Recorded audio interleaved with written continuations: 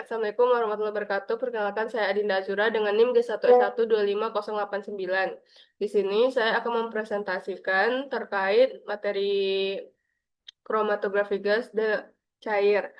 Di sini saya mendapatkan sebuah jurnal yang berjudul Structure Driven Prediction of Chromatographic Retention Times Application to Pharmaceutical Analysis. Yang di sini sudah terkuartil Q1, Q1. Nah, permasalahan yang saya dapat di sini yaitu mengapa metode kromatografi cair yang sudah divalidasi belum tentu mampu mendeteksi impuritas baru yang muncul selama pengembangan obat. Nah, berdasarkan dari jurnal ini dapat diketahui bahwa metode kromatografi yang sudah divalidasi hanya dapat dipastikan performanya terhadap komponen yang sudah diketahui saat pengembangan metode yang disebut sebagai Key Predictive Sample set yaitu KPSS. Namun selama pengembangan obat dapat terjadi perubahan proses sintesis maupun formulasi yang menyebabkan munculnya impuritas baru. Karena impuritas tersebut belum termasuk dalam validasi awal, kemampuan metode lama untuk mendeteksinya belum dapat dipastikan. Nah, selanjutnya di sini dijelaskan juga, tanpa adanya standar impuritas baru secara fisik, sulit memastikan apakah metode kromatografi yang telah ada mampu mendeteksi dan menguantifikasinya. Hal ini karena setiap impuritas dapat memiliki karakteristik kromatografitas yang berbeda, sehingga metode tervalidasi sebelumnya belum tentu memberikan pemisahan dan deteksi yang optimal terhadap impuritas baru. Selanjutnya saya mendapatkan jurnal penguat untuk jawaban di atas, yaitu jurnal berjudul Choice of Chromatographic Methods as a Stability in the Setting Assays from Pharmaceutical Product. Yang di sini sudah jurnalnya Q1.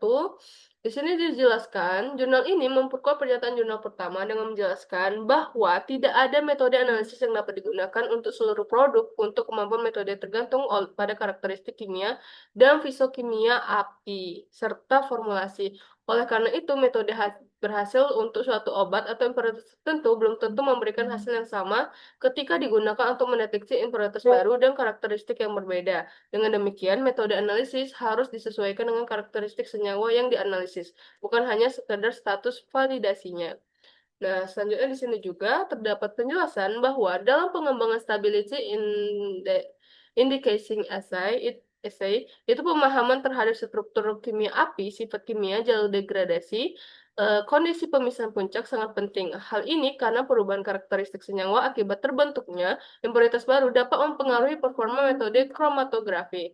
Sehingga metode yang sebelumnya optimal itu belum tentu mampu mendeteksi impuritas baru secara efektif. Dan juga dijelaskan di sini, selain faktor pemisahan keterbatasan deteksi, juga dapat menyebabkan impuritas itu baru sulit teridentifikasi.